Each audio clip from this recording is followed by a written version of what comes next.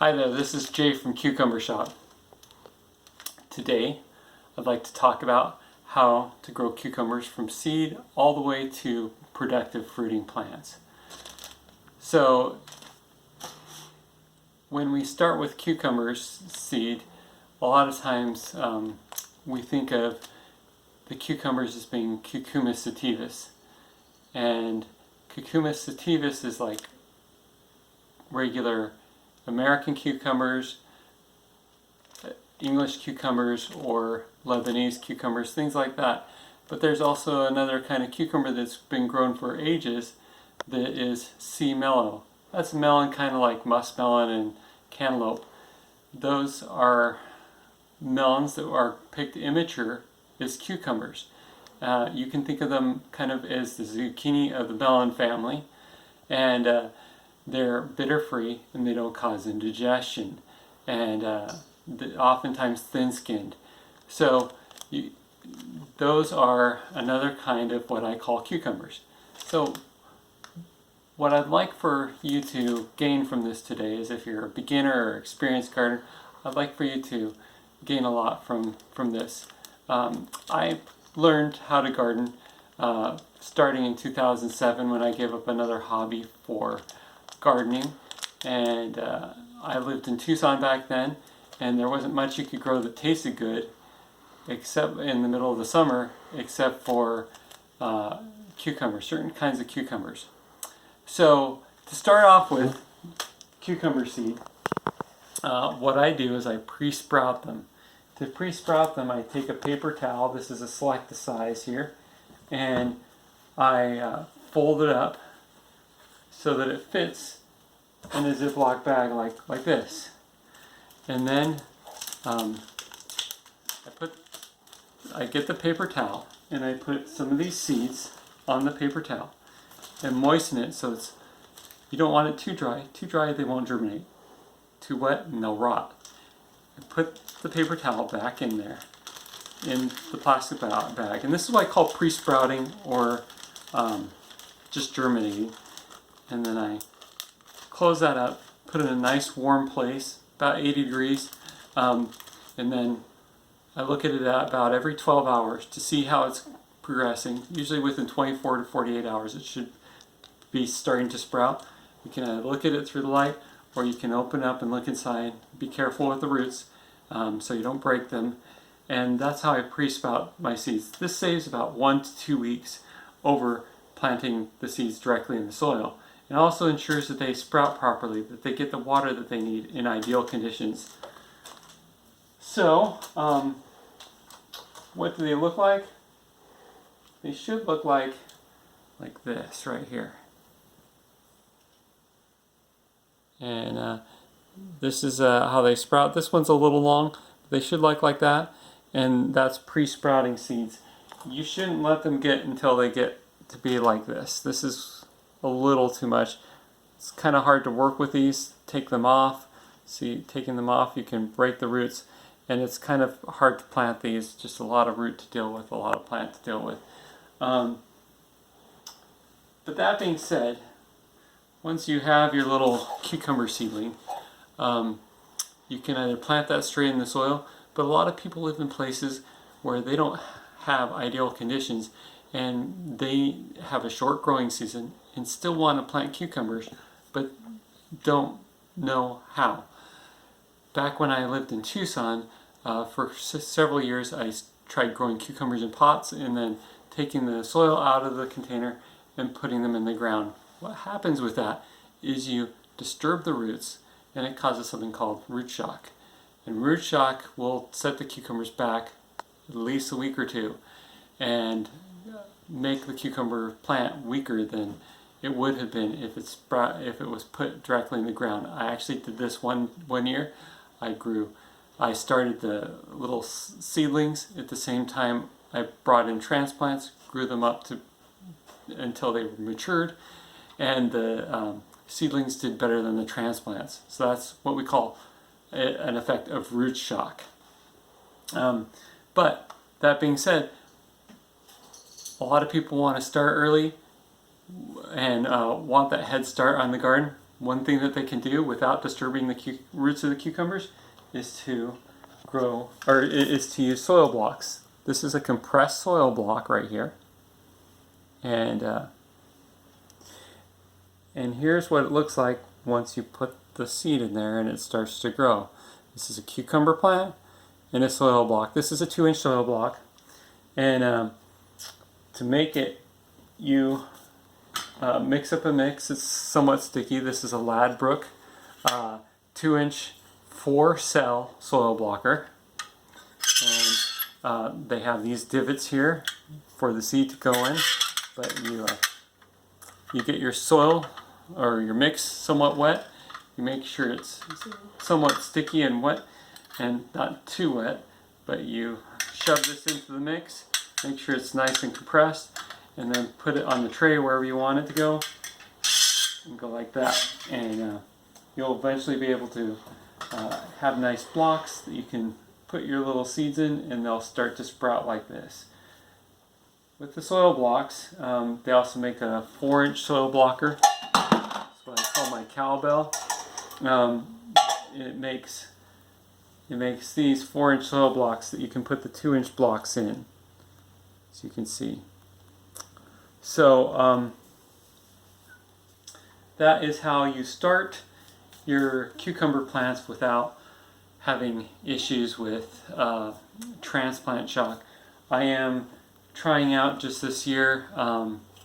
This is a Modern Grower brand little seeds starting thing. I forget what these are called, but little trays for starting your seed, your little container. And the nice thing about this is it has air pruning on the sides, so hopefully I can use these to be able to do cucumbers without having that transplant shock if everything can stay together. So I'm just trying these out, a couple plants just to try these out, see if I can avoid that transplant shock, make it easier for me to do that. Another thing that I can do to lengthen out my season if it's not time to plant yet is to use strawberry baskets. I can put the soil in this basket, put the plant in here, and continue to grow indoors for a while. Then when it's time to grow out, I can put this whole container with the plant in it into the garden. It's soil level, and the plant will grow right into the garden. Another nice thing about soil blocks is the roots go right into the garden. Another method for lengthening out the amount of time you can grow before you need to put your plants into the garden is to use something like this. It's a hydroponic basket. This is a 10-inch hydroponic basket, I believe made by, I can't remember the right now, hydroponic basket. Really sturdy, it lasts years, and what this allows for you to do is put the soil in, put your plant in, let it grow to a decent sized plant, and the roots come to the edge, you can put this directly into the ground. You can make a hole, put this directly into the ground, fill it in, put it in your garden, and the plant will grow all the way to maturity without needing to take this out or disturbing the roots. You can also temporarily put it in a 5-gallon bucket like this. It fits right over, nice and snug. And if you need to use a 5-gallon bucket for an extended amount of time, you can put a hole just below the level of the basket, and it will keep the roots from rotting in this little area, and it will give the roots an aquifer from which to draw water from for the plant. And you can be gone for 2 or 3 weeks that way without any watering issues, without having to water your plant, and that's quite nice over the summer. So once you have your plant and it's transplanted out in the garden, it's out in the garden. Oh, there's one more thing I wanted to say about containers. Sorry, containers. So one of the issues with growing any kind of cucumber or any kind of summer crop in containers is they often get too hot. you have the heat from outside, you have the radiant heat from that, and then you have the direct sun coming in and heating up the sides of the container. What happens is, within the first several inches of that container, the plant does a better job getting pasteurized than growing soil. So it can be really deadly for the plant, but at the very least, the plant becomes pretty stressed. So to alleviate that, you want as big of a container as possible to grow in. Something like this, you'd only be able to grow 2 or 3 cucumbers from. A plant that will only grow several cucumbers before it just gets stressed out from being in too small of a container. But you can use this, use a container, and you can have things around it to kind of insulate it or to keep it away from the direct sun, or you can actually use bubble foil insulation like you would use around a water heater. So once you get the plants in the ground, if you're going to go in the ground, then oftentimes there's several issues that you have to deal with. One is watering. So I'll first talk about watering. For me, I want it easy.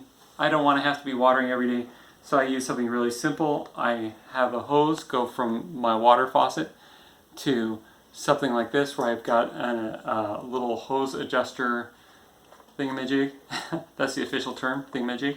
And to a water timer. And this water timer, you can have battery powered. This one has battery and solar, so that's kind of nice.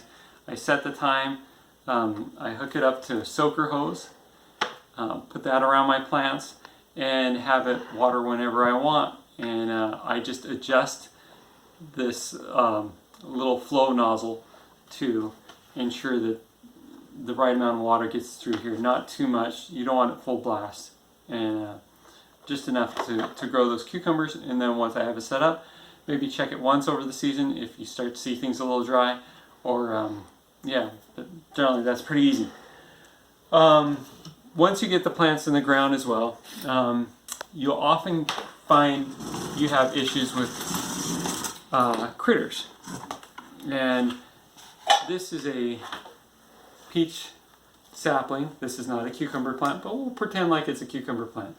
So what I have here is I have some deli cup containers, and I cut off the side of the deli cup container and use the deli cup container as a barrier for the plant.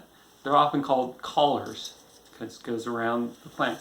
Put that down, push it around the soil enough so that it stays there and has enough of a lip on the edges that critters that want to go through to eat your plant won't. Things like cutworms and even pill bugs and slugs and snails will want to eat your plant, but if you have some kind of barrier against them, they won't. You'll want to check around the soil to make sure that there's none there to begin with, otherwise you're trapping them in. That would be a problem. Another way to alleviate some of the critter issues is to use one of these containers, being careful not to step on it, and put an indent in the ground, plant this thing just below the ground, and then as little critters walk by, it'll be a trap. You can take out the beneficials like the spiders and some of the beetles, but those insects and other critters that would eat your plant, you'd want to leave them there for the birds. One of the difficult things is knowing when to plant out your plants, because that low temperature can change from day to day. One of the ways to moderate that low temperature is to fill up water jugs with water, or other kind of containers. You can use other kind of containers and fill them up with water. And by doing so, what happens is they get this direct sun during the day, they get the heat during the day, and then they're going to let that out at night. You don't have to deal with covering things and taking things off. You don't have to deal with a lot of the issues you would normally deal with.